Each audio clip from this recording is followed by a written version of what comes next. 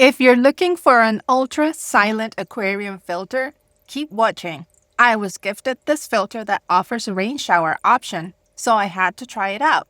It arrived in this cute box with everything well packaged. It includes the filter box with a filter cotton inside under the plug-in motor, spherical activated carbon beads, a manual, a rain shower pipe, suction cups, and an aeration valve with water outlet. It was very easy to put together following the instruction manual. You open the filter box, take out the cotton, pour in the carbon beads, put the filter back on, and close the box. You add the suction cups, and then you can choose to use either the aeration valve or the rain shower. I've always wanted a rain shower for my axolotl, so I chose that one.